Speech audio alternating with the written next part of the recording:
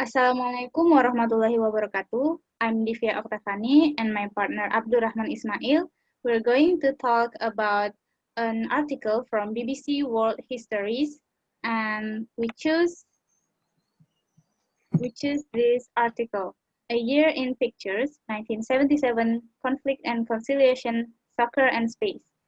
First, we're going to talk about the summary of the article, and this will be explained by Mail. For Mail, the time is yours.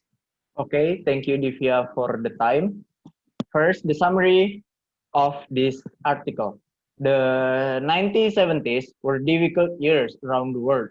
This problematic age was scarred by conflict in the Middle East, terror campaigns that have become the hallmark of the past for decades, the oil crisis and high inflation, the war in Vietnam, crisis in the Horn of Africa, and more. In 1977, the far-left militant Red Army faction, at the peak of their campaign against West German capitalism, kidnapped and shot the businessman Hans Martin Schleyer. This was also the year when the anti-apartheid activist Steve Biko was murdered in custody by the South African police, and the radical Marxist Khmer Rouge reached a crescendo of murderous elimination of their enemies in Cambodia. From Lebanon to Ulster, 1977 was a year of persistent and violent crises. Yet there were some brighter points. The Egyptian president Anwar al-Sadat met Israeli Prime Minister Menachem Begin to try to end years of antagonism between the two states. After decades, the dictatorships Spain and Portugal were falling their way towards a new democratic future. There were technical and cultural milestones to celebrate too, as well as some to regret. The aggressively modernist Pompidou Center opened in Paris and has since become a fixture on the tourist road. The prototype space shuttle took its first test flight, marking a new stage in the scientific revolution of communication. And for the last, the legendary Brazilian footballer Pelé played his last competitive game in New York. And on 16 August, Elvis Presley, the king of rock and roll, died. His passing mourned by millions. I think that's all from me. Back to Divya. Okay, thank you, Mail, for your kind. Continue to talk about the relation of some events in this article to our current condition.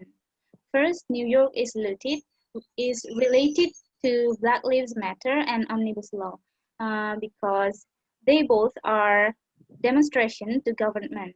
And then Farewell Biko is related to Black Lives Matter too because it's including black man and white police.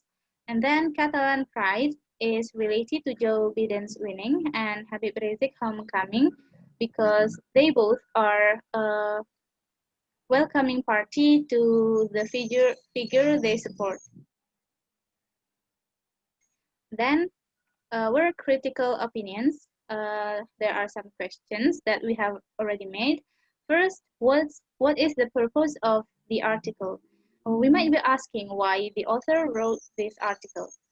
So if we look, this article explains the details of many occurrence and events in 1970s era because this era is had many bad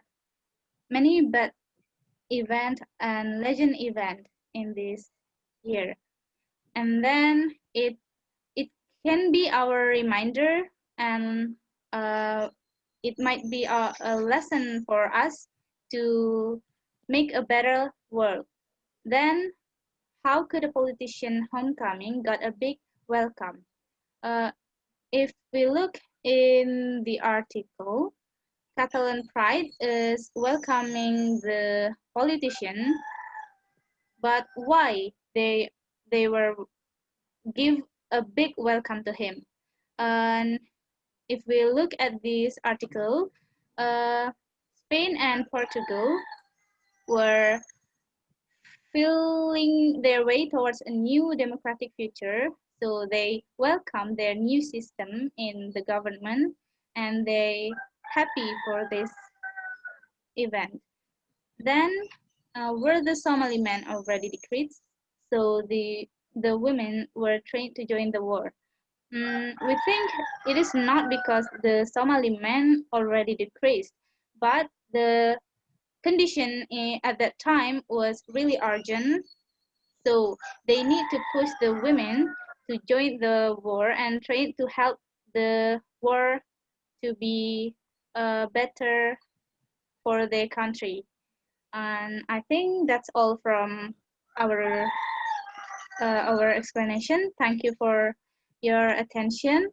Wassalamualaikum warahmatullahi wabarakatuh.